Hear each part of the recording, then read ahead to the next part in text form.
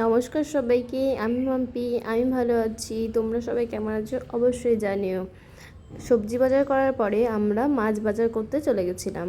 তো এইখানে মানুষেরা যেহেতু মাছ খায় না, খুবই কম, তাই কিন্তু মাছটা খুব কমই পাওয়া যায়। আমরা যেহেতু বাঙালি, তাই আমাদের ভাতের সঙ্গে মাছ না হলে হয় না। আর এখানের মানুষরা তো ভাত খায় না, বলতে গেলে রুটি খায় ওরা 3 বেলাতে। তো এইখানে কিছু রুই মাছ রয়েছে আর মাছ রয়েছে, আর এইখানে রয়েছে কিছু ছোট মাছ। তারপর আমরা এই মাছটা নিয়ে নিয়েছিলাম। মাছটার ওয়েট ছিল 750 থেকে 800 গ্রামের মধ্যেই।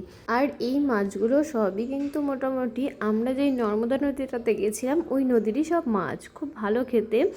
আর এইখানে কিন্তু রুই মাছটাও এখন খুব ভালো লাগছে, আসার পর থেকে অতটা ভালো লাগতো না, এখন মোটামুটি ভালোই লাগছে।